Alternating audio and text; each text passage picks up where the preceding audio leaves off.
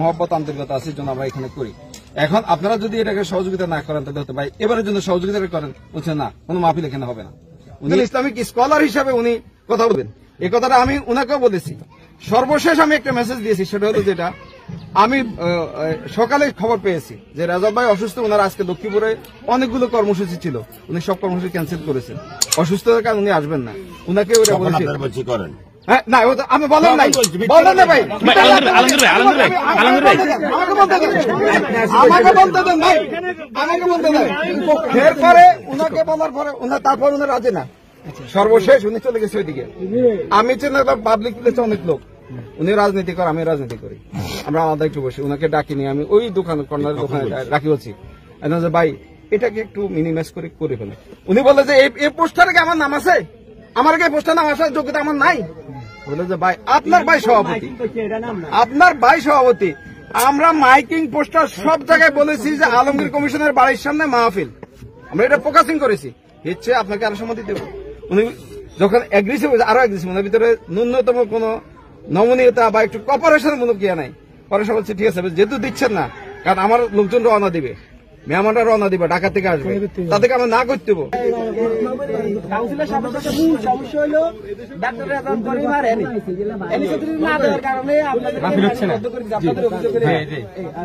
উনি আমাকে স্পষ্ট বলেছে, ভাই ওনাকে ফোন দিয়েছে যে তোমার বাড়িতে যার মাহফিল, আমি প্রধান অতিথি না ডক্টর রেজাল জামাতে, ডক্টর রেজাল সভাপতি প্রধান অতিথি, এটা কি?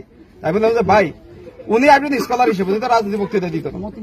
আসসালামু আলাইকুম রহমতুল্লাহ। প্রিয় দর্শক, যে ভিডিওটি আপনারা দেখলেন, ঘটনাটি ঘটেছে লক্ষ্মীপুরে। সেখানে একটি সিরাত মাহফিলে বিএনপি নেতাকর্মীরা বাধা প্রদান করেছেন।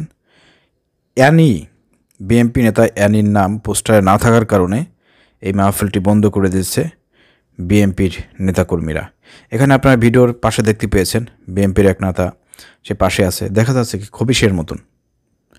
ওর চেহারার দিকে তাকায় দেখেন, একদম খবিশ শয়তান কাকে বলে, কত প্রকার কী কী, ওর দিকে তাকাইতে হবে। আজকে কি এই বাংলাদেশ দেখার জন্যই ছাত্র জনতা জীবন দিয়েছে? হাজার হাজার ছাত্র জনতা বুকের তাজা রক্ত তারা ঢেলে দিয়েছে ফ্যাসিবাদকে উৎখাত করার জন্য।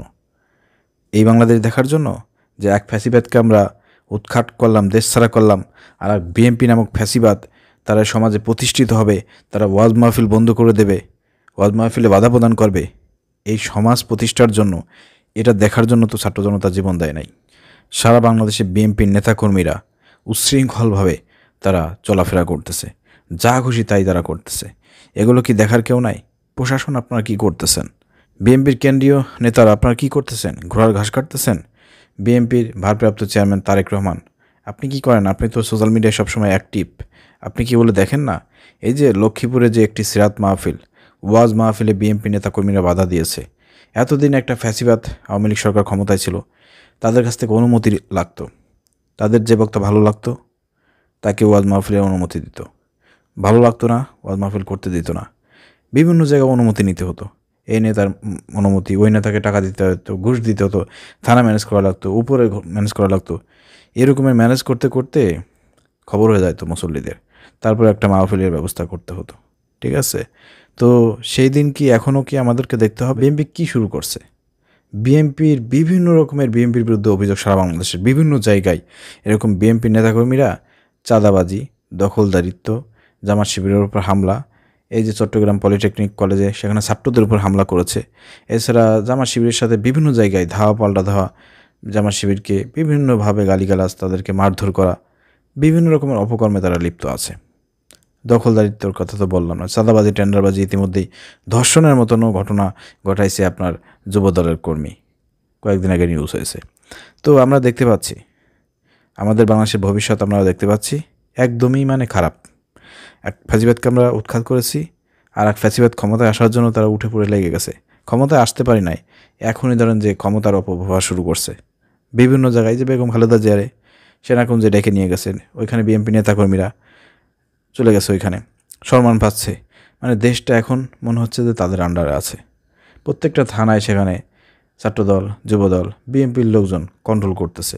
থানায় হামলা, মামলা, সালিশ দরবার সব কিছু তারা করতেছে, টাকা পয়সা খাইয়ে সব কিছু করতেছে। সেম টু সেম আওয়ামী লীগের এপিট ওপিট, একদম ছাত্রলীগের কায়দায় ছাত্রদল কাজ করতেছে। এরপর বিএনপি তো আওয়ামী লীগের জায়গায় কাজ করতেছে, একবারে সেম টু সেম। এদেশে মানুষের শান্তি হবে না। এত ছাত্ররা যে জীবন দিল, আমার মনে হচ্ছে এটা বৃথা যাবে, আবারও রক্ত দিতে হবে। আওয়ামী লীগকে যেভাবে পতন ঘটিয়ে এদেশ থেকে উৎখাত করা হয়েছে, ঠিক অনুরূপভাবে বিএনপি যেটা শুরু করতেছে, ওয়াজ মাহফিলের মতন একটি ধর্মীয় বিষয়, একটা মাহফিল, কোরআনের মাহফিল যারা বাধা প্রদান করে, এরা কি মানুষের কাতারে আছে? হ্যাঁ, কেন্দ্রীয় বিএনপি আপনারা কী করেন? এদের বিরুদ্ধে ব্যবস্থা নিচ্ছেন না কেন? বিএনপির এক নেতায় আনি, তার নাম না দেওয়ার কারণে মাহফিল বন্ধ করে দেয় স্থানীয় বিএনপির নেতাকর্মীরা। এটা মেনে নেওয়া যায়। পুলিশ প্রশাসনকে বলবো, যারা এই মাহফিলটি বন্ধ করে দিয়েছে, যারা বিশৃঙ্খলা সৃষ্টি করেছে, এদেরকে আইনের আওতায় আনা হোক এবং কেন্দ্রীয়ভাবে বিএনপির এসব বিষয়ে নজরদারি করা উচিত।